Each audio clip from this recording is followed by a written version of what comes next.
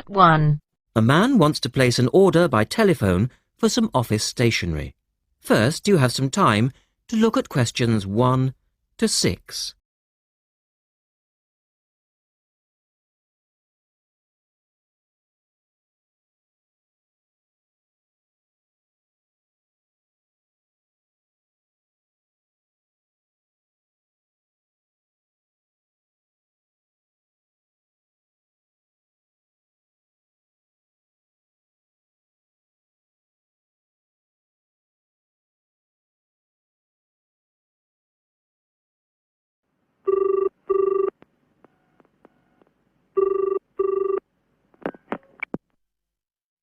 Thank you for calling Millennium Office Supplies. If you would like to place an order, please press 1. Your call has been placed in a queue. A customer service operator will be with you shortly.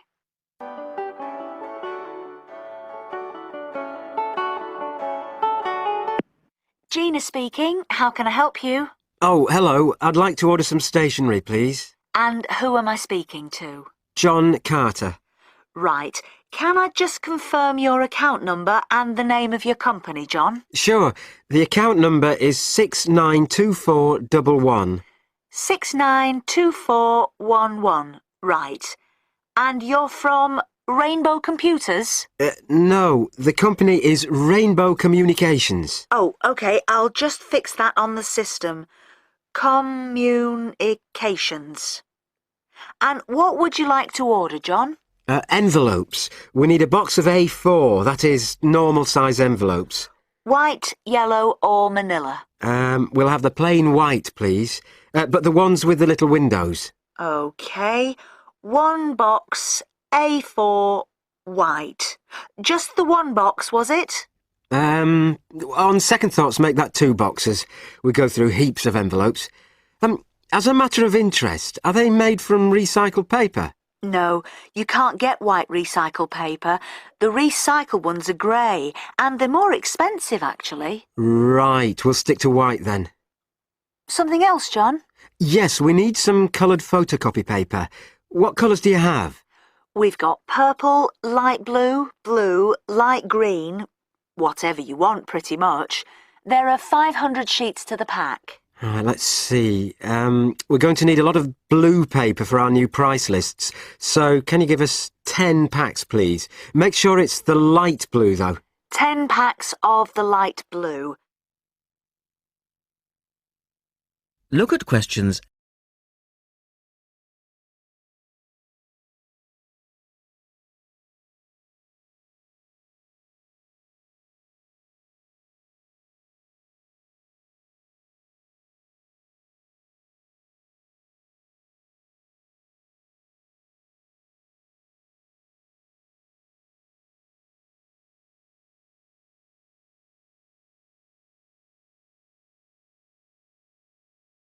Anything else that we can help you with? Let me think. What else do we need? I'm sure there was something else. Pens, paper clips, fax paper, computer supplies, office furniture? Oh yes, we need floppy disks. Do you have those nice coloured ones? Yes, but they're a bit more expensive than the black ones. Oh, that's all right. I'm not paying anyway. Right. Floppy disks. And what about diaries for next year? We've got them in stock already, and it's a good idea to order early. No, I think we're all right for diaries. But something we do need is one of those big wall calendars. You know, one that shows the whole year at a glance. Do you stock those? We certainly do. OK, can you include a wall calendar then, with the other stuff? Just make sure it's got the whole year on the one side. Sure. And do you have a copy of our new catalogue? No, I don't, but could you send one? Yes, I'll pop one in with the order. You'll find it a lot easier to remember what you need if you have our catalogue in front of you next time. Yes, good idea. And when can you deliver this? Should be with you tomorrow morning. Can you make sure that it's not after 11:30 a.m? Because I have to go out at 12. There's only myself here on Fridays. Fine. I'll make a note on the delivery docket that they should deliver before 11:30. Thanks very much. Thanks. That is the end of part 1. You now have half a minute to check your answers.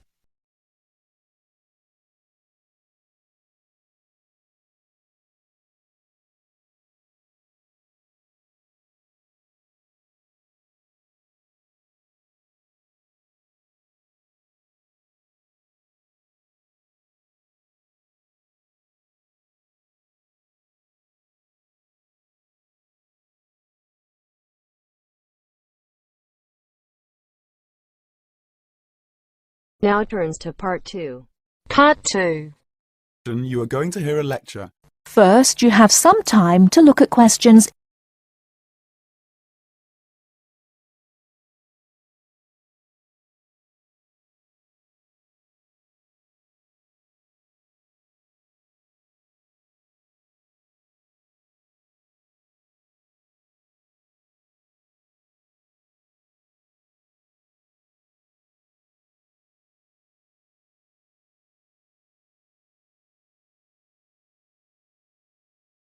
Good afternoon, everybody. It's Ronald Jaff with this week's edition of Movie Talk. First, let's look at the films this week in the theatre. The Kid Rides Again, When You Find Love, and Wronged. The last of the three, Wronged, is definitely the best. In fact, one of the best films in a long time, with Henry Michelson and Joanne Seymour. It is about a man who gets a life sentence for a murder he did not commit. In the style of the films of the 40s and 50s, it is a modern story of a man and his wife, wonderfully played by Joanne Seymour. They fight to make people believe Thompson is the wrong man and not the killer. The strength of their love is wonderful, even after Thompson has been in prison for 15 years. Of course, I won't tell you what happens after Thompson's 15th year in prison. That would ruin the story. But if you see no other film, you should see this one. The story may be old, but the acting is great, and it will hold your attention from beginning to end. Unfortunately, I can't say the same for When You Find Love. Just another silly story about how boy meets girl, boy loses girl, boy gets girl again, and they live happily ever after. Hollywood ever get tired of such stupid films? Yet, on a New England college campus, the star of the movie, Tommy Seal, is a freshman. He meets the 2 years older Stephanie Fall, played by Sally Evans. In real life, she must be at least 30, not 20. Well, Billy, our hero, has had a hard time with Stephanie. After all, he is so much younger. But they fall in love in about a minute, as long as it takes to take a picture with a Polaroid. And they are both so happy, in true paradise, until Buck, the star football player, played by Ronco Starr, the only good acting in the film, steals Stephanie away from the poor Billy. He is, after all, a senior and football star, and the rest of the film is about, naturally, how Billy gets Stephanie back, making her remember their love. He shows her that he, not Buck, is the man for her. Well, if you can stand a stupid story and bad acting, then take your 8-year-old child to see When You Find Love. Anyone older will leave the theatre before the movie ends. And finally, The Kid Rides Again, a western about a young cowboy, Kit Barnes, who stops the bad guys, the robbers, the killers, and plain old bullies, and helps the good guys. Kit is fast with a gun and never once in this cowboy. Kit is the cowboy who never stays in one place for a very long time, who leads a lonely but very free life. Nothing new on the storyline, but a good classic-style western with good acting. Peter Sells as Kit catches just the right mood. He's an excellent and natural cowboy. There are beautiful scenes of the open country in the West and enough action to hold your interest. A good cowboy film for those who, like me, always enjoy seeing the Old West. And now, before we go on with the news from Hollywood, a word from our sponsor. That is the end of part 2. You now have half a minute to check your answers.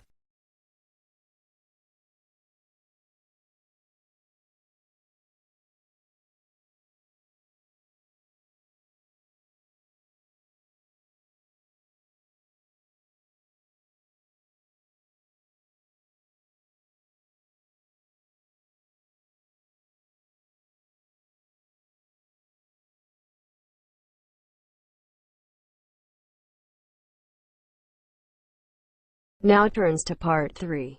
Part 3. You will hear an interview with a wildlife specialist called Alison Sharp talking about bears. In the first part of the discussion, they are talking about the history of the bear. First, look at questions 21 to 23.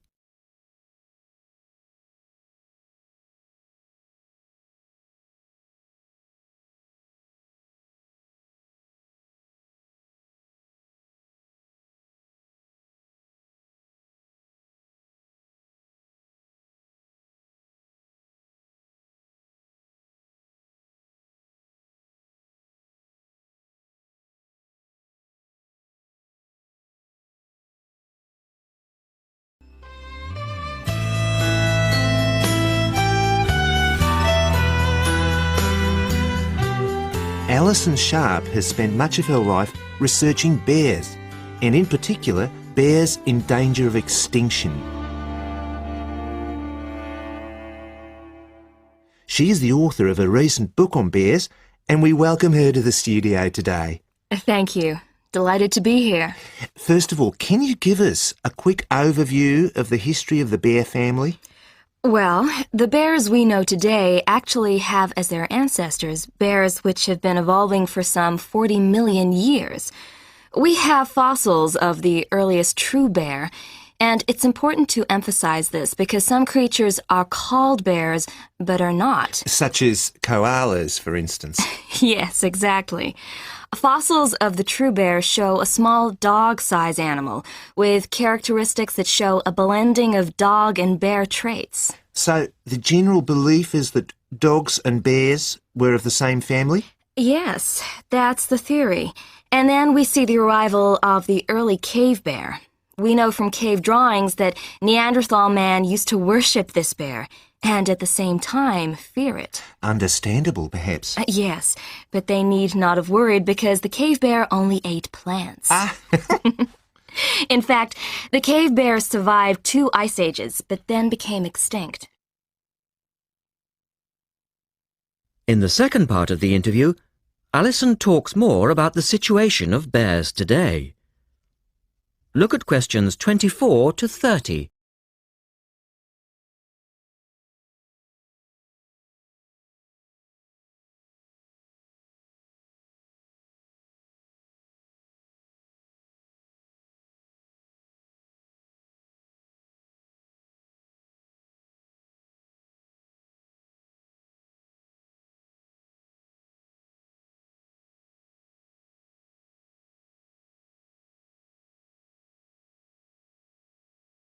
So, how many bears can we find today? And are any of them in danger of extinction?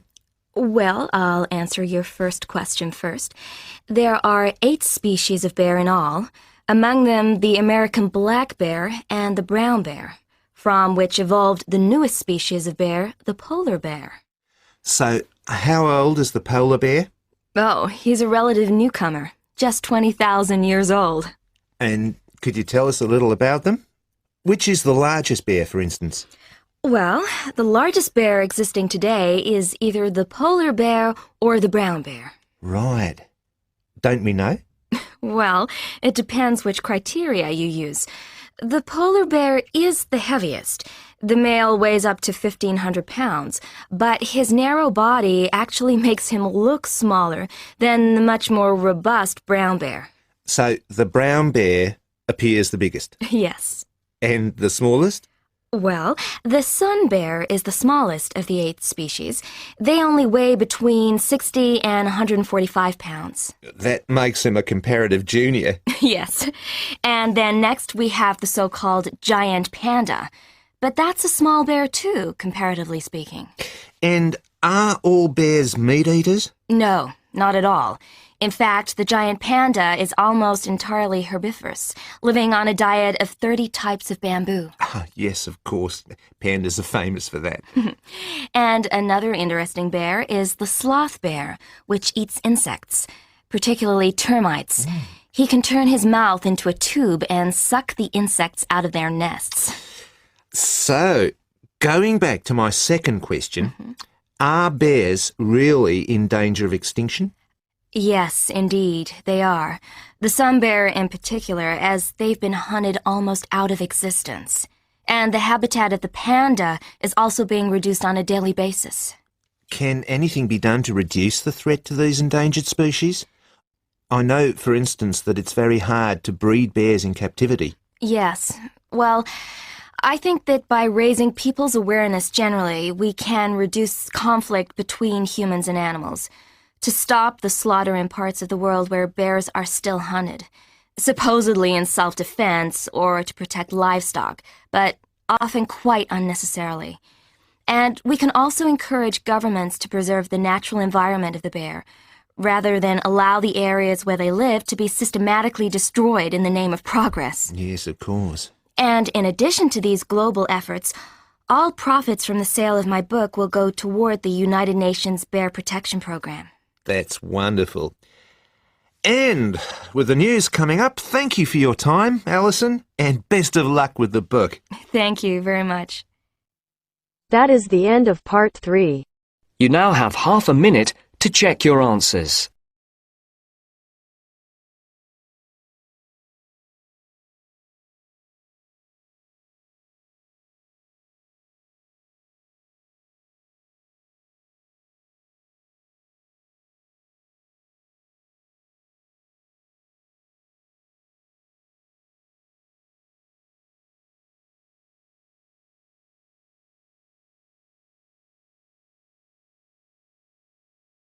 Now turns to part 4. Part 4. You will hear part of a lecture on the current and future use of mobile phones. First, you have some time to look at questions 31 to 40.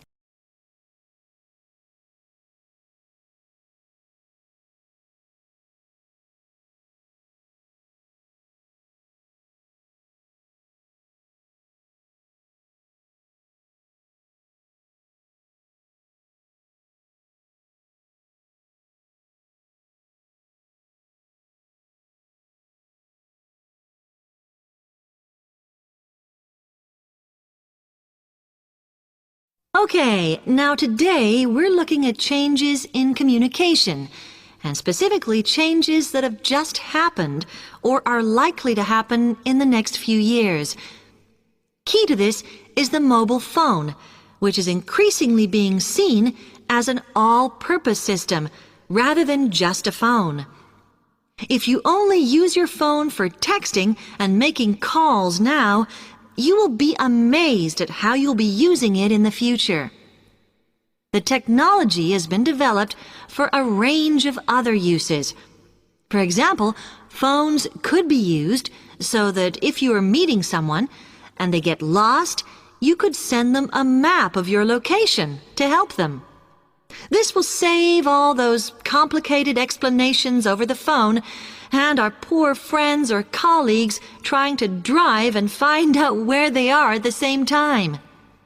And if you get bored waiting, or if you're traveling, for example, you will soon be able to see TV news on your phone as it is actually being broadcast. This means that you won't have to miss any of your favorites if you were away for a few days. Most people have got used to texting now, and young people send pictures to each other. But what is exciting is the possibility of putting music with them before you send them. And it's not all frivolous. Phones are going to become even more critical in business and education. Some recent developments have a highly practical usage. So, for example, as lecturers, we will be able to send everybody a text to let them know if lectures have been cancelled.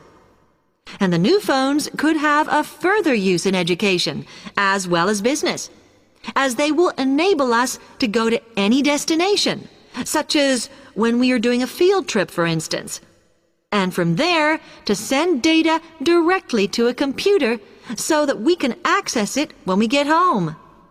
This means we will no longer be limited by what the phone can store.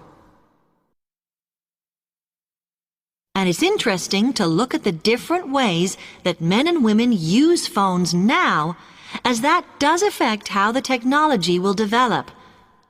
Some research has been done on how people use phones, and some of the results are surprising.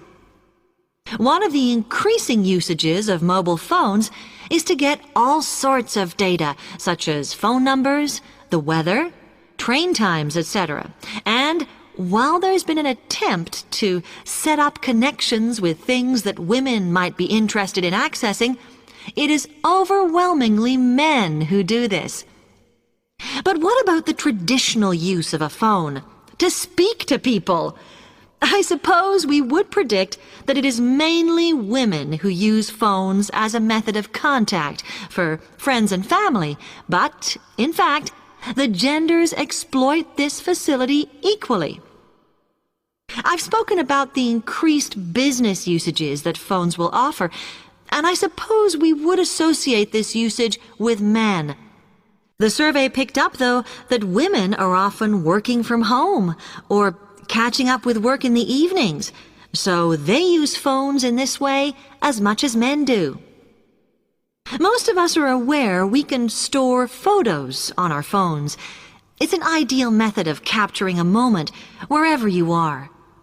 Women tend to be the group that keep photos on their phones, but it seems that men use their phones to actually take pictures much more than women do. And of course, all this knowledge affects the marketing that the companies will do in order to sell the phone. That is the end of part 4. You now have half a minute to check your answers.